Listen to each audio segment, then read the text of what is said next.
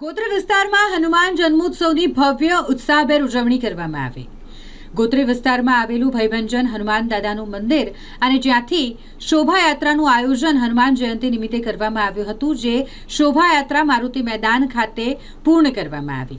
અહીં મારુતિ મંદિર પરિવાર અને શનિદેવ ફાઉન્ડેશન વડોદરા દ્વારા શોભાયાત્રાનું આયોજન કરવામાં આવ્યું હતું।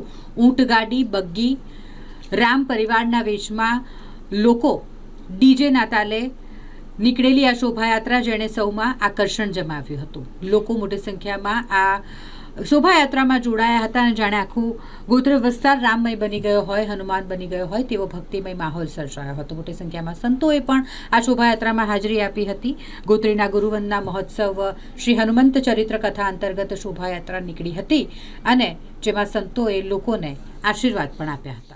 जय सियाराम, जय बजरंगबली। आज है हनुमान जन्मोत्सव दिवस और हनुमान जन्मोत्सव दिवसे गोत्री विस्तार में जो गुरुवंदना महोत्सव थई रह्यो छे, हनुमान चरित्र कथानु आयोजन थई रह्युं छे। तेना अंतर्गत आज जे भयभंजन हनुमानजी मंदिर परिवार है तेमना तरफथी अने शनिदेव फाउंडेशन तरफथी संयुक्त रीते आ एक शोभायात्रा काढवामां आवी छे। भयभंजन हनुमानजी मंदिर थी शोभायात्रा शुरू थई छे अने जे मारुति मैदान सुधी शोभायात्रा जशे कि ज्यां हनुमान चरित्र कथाનું आयोजन કરવામાં આવ્યું છે। ખૂબ મોટી સંખ્યામાં મહિલાઓ, બાળકો, યુવાનો, પુરુષો લોકો જોડાયા છે। અનેક ઝાંકીઓ છે અને ખૂબ સુંદર માહોલમાં, સરસ માહોલમાં આજે હનુમાનજીની શોભાયાત્રા છે તેમાં નીકળ્યા છે।